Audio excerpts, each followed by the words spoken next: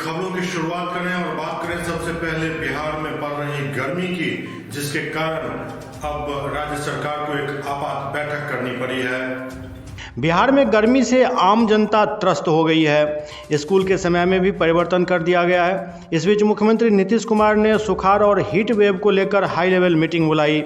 इस बैठक में उप मुख्यमंत्री तेजस्वी यादव के साथ कृषि विभाग, आपदा प्रबंधन विभाग, जल संसाधन विभाग, ऊर्जा विभाग, ग्रामीण विकास विभाग एवं PHED सहित सभी संबंधित विभागों के मंत्री और अधिकारी मौजूद रहे।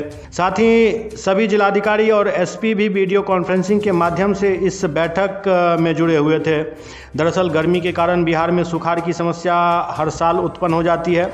इसे देखते हुए सरकार के द्वारा पहले से तैयारी की जा रही है। बैठक में मुख्यमंत्री को बताया गया कि राज्य में भीषण गर्मी के कारण 24 जिलों में भूजल स्तर काफ़ी नीचे गिर गया है। इससे आम लोगों को पेयजल की परेशानी का सामना करना पड़ रहा है। इसके साथ ही CM ने राज्य के सभी अस्पतालों में लू और गर्मी से निपटने की तैयारी की भी समीक्षा की।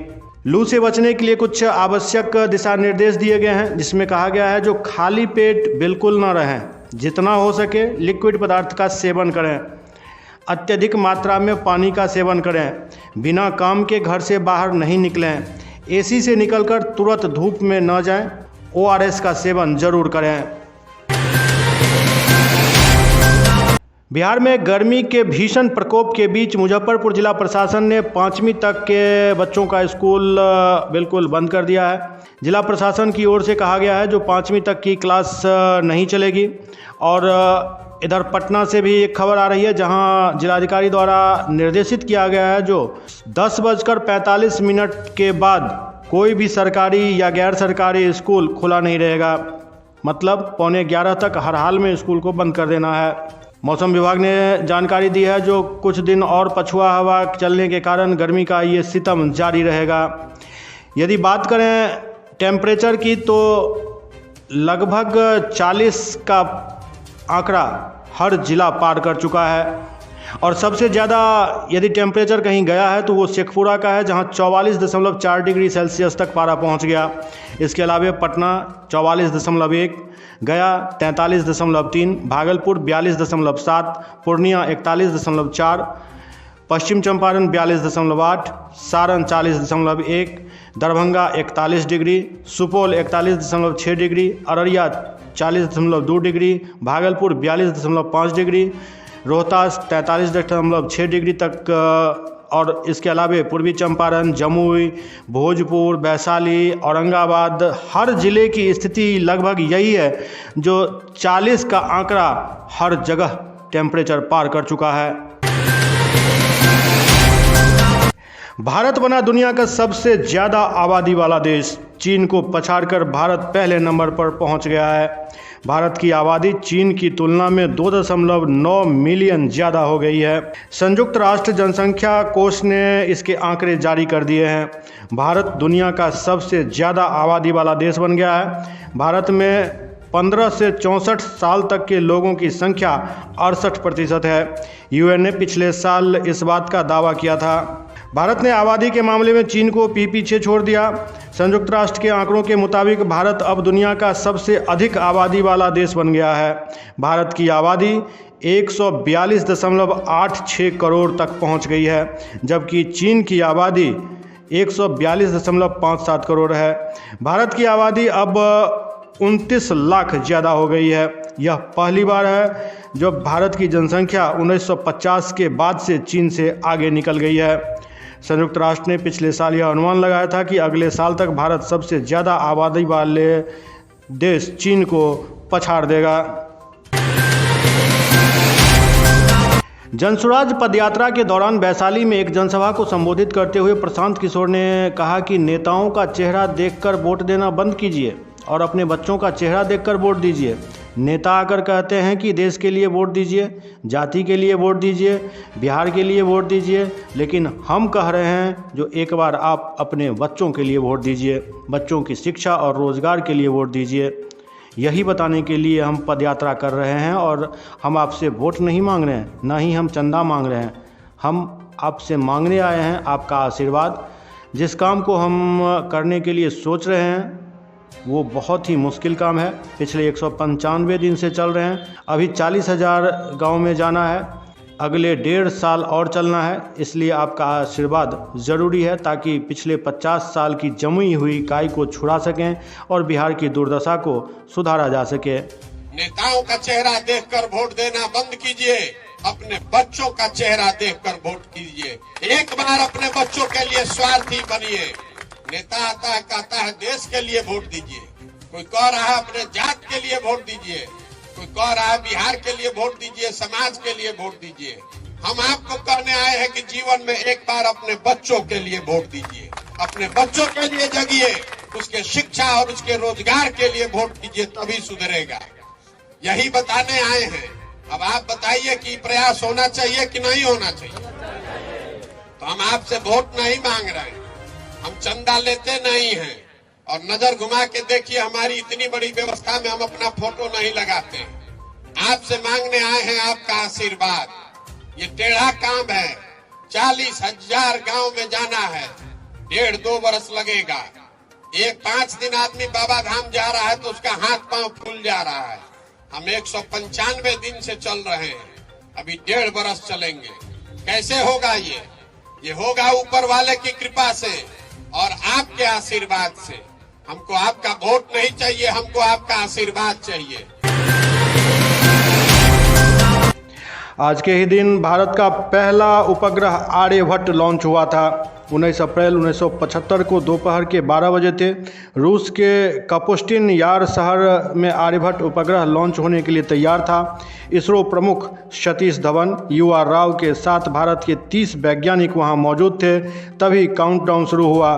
10, 9, 8, 7, 6, 5, 4, 3, 2, 1 और फिर रूसी भाषा में लेट्स गो की आवाज़ आते ही आर्यभट्ट की सफल लॉन्चिंग हुई। 12 मिनट बाद ये उपग्रह अपने तय कक्ष में स्थापित हो जाता है। इस पूरे मिशन को अंजाम देने वाले UR राव की आंखों में आंसू आ जाते हैं। हालांकि 5वें दिन सैटेलाइट से संपर्क टूट गया, लेकिन बाद में संपर्क फिर से जुड़ गया। अंतरिक्ष में करीब 17 साल रहने के बाद सैटेलाइट आर्यभट्ट 10 फरवरी 1992 को पृथ्वी के वातावरण में लौट आया। बिहार के वन और पर्यावरण मंत्री को 2 नंबरों से धमकी भरे कॉल आए हैं। तेज प्रताप ने इसे लेकर थाने में लिखित शिकायत की है। दरअसल औरंगाबाद में लालू राबड़ी बाइक एजेंसी में एक युवक सर्विसिंग कराने आया था। इसी दौरान उनका स्टाफ से विवाद हो गया। अपने दोस्तों के साथ युवक ने तेज प्रताप की बाइक एजेंसी पर पथराव कर दिया। स्टाफ ने इसकी शिकायत थाने में की। इसके बाद युवक ने तेज प्रताप को फ़ोन कर धमकी दी। ये बाइक एजेंसी नगर थाना क्षेत्र के कामा बिगहा के पास है। इस मामले में तेज प्रताप के स्टाफ ने थाने में आवेदन दिया है। इसमें बताया गया है कि FIR दर्ज होने के बाद तेज प्रताप यादव को 2 नंबर से धमकी भरे कॉल आए। केस को रफा दफा करने की धमकी दी गई थी। जनता दल यूनाइटेड बिहार की सबसे धनवान पार्टी बन गई है। जनता दल यूनाइटेड के खाते में 71 करोड़ रुपए जमा है। दरअसल पैसा और पॉलिटिक्स का सीधा संबंध है। लोकसभा चुनाव के ठीक 1 साल पहले पार्टियों की माली हालत की पड़ताल बताती है कि बिहार की सबसे धनवान पार्टी जदयू है। यह चंदा के बूते ही हैसियत बनी है। विधायकों के हिसाब से सबसे बड़ी पार्टी राजद की आर्थिक स्थिति खराब है। नेतृत्व भी ED CBI जांच से घिरा है। पार्टी का बैंक बैलेंस पूछने पर राजद कोषाध्यक्ष सुनील कुमार सिंह ने बताया जो शून्य बट्टा सन्नाटा। भाजपा और कांग्रेस के नेता इस मामले में थोड़ा निश्चिंत हैं, क्योंकि चुनावी मौके पर उनको दिल्ली से बड़ी मदद आ जाती है। चुनाव आयोग ADR के अनुसार वर्ष 2020-21 में जदयू को कुल 56.31 करोड़ रुपए मिले थे। पार्टी के 76 लाख से ज़्यादा सदस्य हैं। इनके मेंबरशिप प्रति व्यक्ति 5 रुपया इनके खाते में आता है। पार्टी अपने विधायकों से हर महीना 500 रुपया लेती है। बिहार भाजपा के खाते में 51 लाख है। आजीवन सहयोग निधि के सदस्य चंदा देते हैं। कोषाध्यक्ष दिलीप जायसवाल ने बताया किसी तरह काम चल जाता है। 1 करोड़ सदस्यों की सदस्यता शुल्क 5-5 रुपये सुरक्षित है। विधायक और विधान पार्षद से 6,000 और सांसद से 10,000 लिया जाता है। अब इसे बढ़ाकर इसमें क्रमशः 10,000 और 25,000 रुपये लेने की बात की जा रही है। पटना के बिहटा में महिला खनन अधिकारी समेत टीम पर बालू माफियाओं के हमले की घटना पर सियासत तेज हो गई है। आरोप प्रत्यारोप का दौर जारी है। जदयू ने अवैध खनन के लिए विपक्षी बीजेपी पर हमला बोला और आरोप लगाते हुए कहा कि बीजेपी ने बालू खनन माफिया को एमएलसी बना दिया। जदयू की प्रेस कॉन्फ्रेंस में बताया गया कि अवैध खनन से बीजेपी का पुराना नाता है। कहा गया कि गया एमएलसी चुनाव में शिक्षक क्षेत्र से जिन जीवन कुमार को एमएलसी बनाया है वो खनन माफिया हैं। अवैध खनन को लेकर कुछ दिन पहले इनकम टैक्स की उनके ठिकानों पर रेड पड़ी थी। वहीं अब इस मामले पर बीजेपी एमएलसी जीवन कुमार ने चेतावनी दी है कि अगर 24 घंटा के अंदर जदयू मुझ पर लगाए अपने आरोप वापस नहीं लेती है तो उनके खिलाफ मानहानि का केस करूंगा। उन्होंने कहा कि महागठबंधन एमएलसी चुनाव में हार गई है, जिससे वो बौखलाई हुई है। दुनिया में हर जीव का अपना महत्व होता है। कुछ जीव ऐसे होते हैं जिनको देखकर लोग डरते हैं, लेकिन यदि बात कमाई की जाए तो हर जीव में कुछ न कुछ खासियत है जो उसको खास बनाती है। ऐसे ही एक जीव है बिच्छू, जिसके जहर की यदि बात की जाए तो 80 करोड़ रुपए प्रति लीटर इसके जहर की कीमत है। जी हाँ, इंटरनेशनल मार्केट में बिच्छू के 1 लीटर जहर की कीमत 80 करोड़ रुपए बताई जा रही है। इसके लिए अलग से इसको पाला जाता है, सही वातावरण में इसको रखा जाता है और फिर इसके विष निकाले जाते हैं, जो अंतर्राष्ट्रीय बाजार में 80 करोड़ से लेकर 100 करोड़ रुपए प्रति लीटर के हिसाब से बिकते हैं। लाइव मिथिला के इस अंक में अब इतना ही। अगले अंक में फिर कुछ ऐसे ही समाचारों के साथ आपके सामने होंगे। तब तक आप देखते रहिए लाइव मिथिला। नमस्कार।